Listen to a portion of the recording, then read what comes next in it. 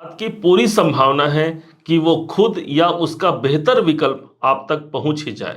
देखा जाए तो हम 2025 के उस समय पर खड़े हैं दिसंबर के महीने में, जहां पर भूत, भविष्य और वर्तमान तीनों को देखा जा सकता है। दिसंबर में खड़े होकर के यदि पीछे देखते हैं तो पूरा 2025 जो निकल गया, वर्तमान देखा जाए तो आज 2025 के दिसंबर में ही हम खड़े हैं और अब आगे देखा जाए तो पूरा 2026 का भविष्य यही निर्धारित होगा। बीते ता ही बिसार दे अब आगे की सोच। इस बात को एक सार्थकता से पूर्ण करते हुए 2026 के उस पिक्चर को हम क्लियर करने जा रहे हैं, उस तस्वीर को हम साफ जो देख पा रहे हैं उसको आप तक पहुंचाने का एक प्रयास कर रहे हैं। समझिएगा कि क्या कुछ 2025 के बाद ये 2026 आने वाला है, इसमें देवगुरु बृहस्पति के माध्यम से हमको मिलने जा रहा है। इसमें एक डेट याद रखिएगा, एक तो 5 दिसंबर सन 2025 का और दूसरा है 1 जून 2026 का। शुरुआत करते हैं उस तारीख से जो है 5 दिसंबर सन 2025 के शाम के ठीक 5:25 का वो समय होगा जिस दिन देवगुरु बृहस्पति का गोचर वक्री अवस्था पर चलते हुए पुनः फिर से वो एक घर पीछे आएंगे और उनका गोचर आ जाएगा ठीक आपके दसम भाव पर, जिसे हम करियर का भाव कहते हैं। इस समय पर गुरुदेव पुनः फिर से वो पुराने काम को फिर से आगे बढ़ाएंगे। आप ऐसा जानिए कि आप अपने घर से बाहर निकले हैं जल्दबाजी में और कुछ पर्स या मोबाइल आप घर पर ही भूल गए। तब आप बीच रास्ते से ही वापस जाते हैं और उस अपने काम को पूरा करके फिर से वापस आते हैं। ठीक इसी प्रकार से देवगुरु बृहस्पति यहां पर वक्री होकर के शायद कुछ भूल गए थे पुराने समय में और उसको ही एक मैनेज करने के लिए दसम भाव पर उनका फिर से आगमन हुआ है, जो है आपके करियर का, आपके कर्म क्षेत्र का। इसलिए करियर में कोई पुराना ऐसा काम जिस पर आपने प्रयास किया है और वो पूरा नहीं हुआ है, एक बार प्रयास करके पुनः फिर से देखिएगा। हो सकता है दसम भाव आपके कर्म क्षेत्र का है और जिस पर आपने ये सोच करके उस काम को छोड़ दिया है कि ये मुझसे नहीं हो पाएगा या मैं इसके काबिल नहीं हूं, तो ध्यान रखिएगा गुरुदेव उसी करियर के भाव को ही सुधारने आए हैं। एक बार अपना आकलन भली भांति लगा करके वहां पर प्रवेश कीजिएगा।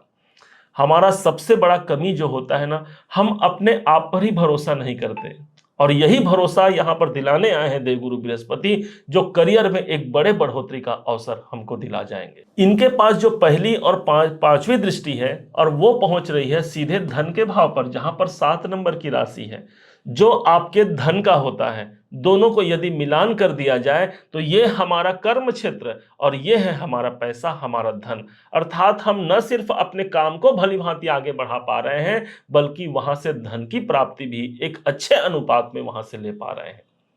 आप यदि गृहिणी हैं, घर पर ही रह करके कोई काम कर रही हैं, तो ये समझिए कि आपका जो दायित्व है अपने परिवार का, उस दायित्वों का आप निर्वहन करके अपने काम को पूरा कर पा रहे हैं और जो लोग आपसे जुड़े हैं उन सबके कार्यों पर या कार्य क्षेत्र पर बढ़ोतरी का अवसर है। क्योंकि यहां पर से गुरु की दृष्टि जो द्वितीय भाव पर पड़ रही है ना, ये आपके कुटुंब का है और इसलिए कौटुंबिक वातावरण यहां पर अनुकूल होता है। कोई मांगलिक कार्य का अवसर यहां पर बन सकता है।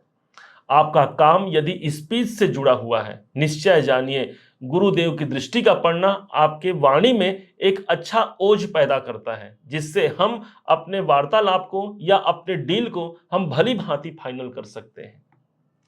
अब गुरु के पास जो अगली दृष्टि है वो पहुंच रही है सीधे इनकी 7वीं दृष्टि चतुर्थ भाव पर और इसलिए ये स्थान स्वयं देवगुरु बृहस्पति का स्थान है। कोई प्रॉपर्टी संबंधित कार्य इस समय पर जो अधूरा पड़ा है उसको पूरा किया जा सकता है।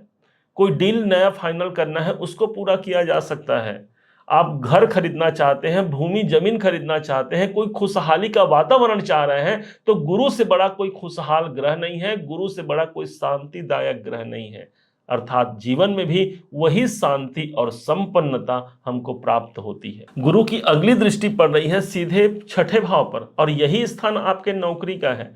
अब यहीं पर राहु बैठे हैं। राहु शांति नहीं दे रहे हैं। हम जॉब तो कर रहे हैं, हम अपना काम तो कर रहे हैं, लेकिन राहु अशांति का प्रतीक भी है क्योंकि वो हमारी इच्छाओं को प्रबल करता है।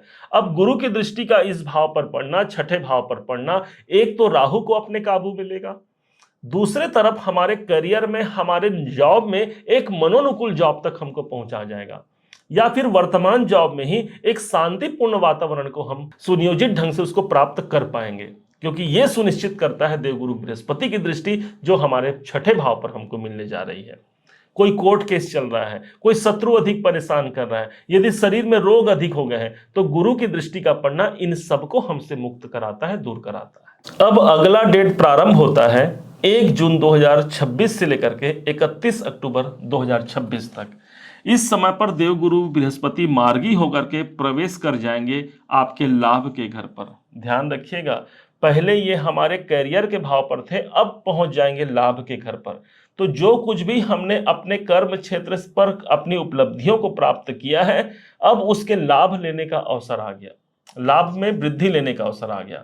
और ठीक 11वें घर पर होना, ये वो स्थान है जो आपकी इच्छाओं की पूर्ति करता है। ये वो स्थान है जहां पर आप बहुत दिनों से जो आप सोच रहे हैं उसको आप आगे बढ़ा सकते हैं।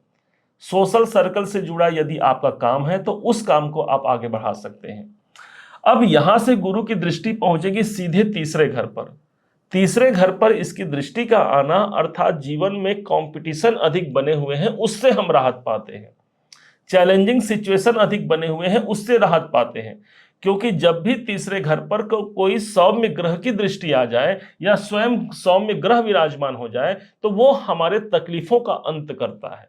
और ठीक गुरु की दृष्टि का आना हमारे प्रॉब्लम, हमारे परेशानियों को दूर करता है। अधिक मेहनत करने पड़ रहे हैं तो उस मेहनत में यही देवगुरु बृहस्पति हमको आकलन लगा करके एक परिणाम तक जोड़ेगा और हमारे मेहनत को भी यहाँ पर कम कराएगा। अब गुरु की दृष्टि एक पड़ रही है सीधे 5वें घर पर, इनकी 7वीं दृष्टि, और इसलिए इस समय पर संतान से जुड़े हुए काम पूरे होंगे।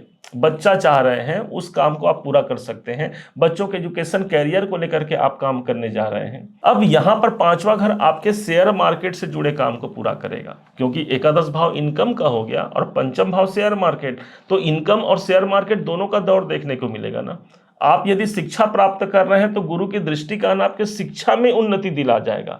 आप शिक्षण संस्थान से जुड़े हुए हैं तो गुरु की दृष्टि शिक्षण संस्थान से आपको सफलता दिला जाएगा। अब यहां पर देवगुरु बृहस्पति की जो 9वीं दृष्टि है वो पहुंचती है सीधे शनिदेव के ऊपर, और शनिदेव कन्या राशि के जीवन में अपना गोचर बना करके रखे हैं 7वें घर पर, और 7म भाव आपका कर्म क्षेत्र है, 7म भाव आपका बिजनेस है, उसी घर पर गुरु की दृष्टि आ गई।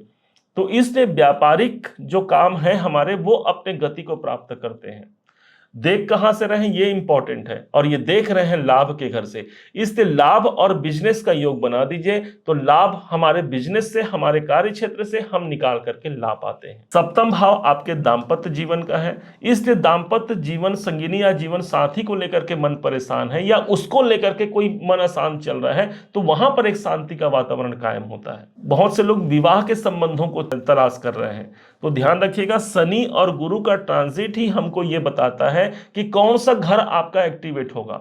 तो यहाँ 1 जून से अक्टूबर तक का समय है, वो आपके जीवन साथी या जीवन संगिनी से जोड़ने का समय होगा। कोई पार्टनर है वो हमारा साथ इस समय पर ज्यादा मजबूती से हमको देता है। लेकिन शनि डिले है, विलंब है, तो यदि विलंबता हमको अपने जीवन पर प्राप्त हो रही है, बार बार किसी काम में अवरोध आ रहा है, तो इसका मतलब शनि हो सकते हैं ना। अब यही गुरु की दृष्टि आ गई, मतलब शनि के रुकावट को देवगुरु बृहस्पति हमको वहां से मुक्त करते हैं। और देखा जाए तो 2026 में एक अच्छे कैरियर और अच्छे लाभ के अवसर से हम जुड़ पा रहे हैं। अब इस वीडियो को यहीं विराम देते हैं। उम्मीद है आप सबने इसे समझा, आप सबने इसे जाना है। यदि आपने इसे समझा है, जाना है, और मेरे समझाने का प्रयास यदि आपको सार्थक लगा हो, मेरे समझाने का तरीका यदि आपको सार्थक लगा हो, तो हर बार की भांति इस बार भी अपना प्यार भरा लाइक और कमेंट करना कभी मत भूलिए।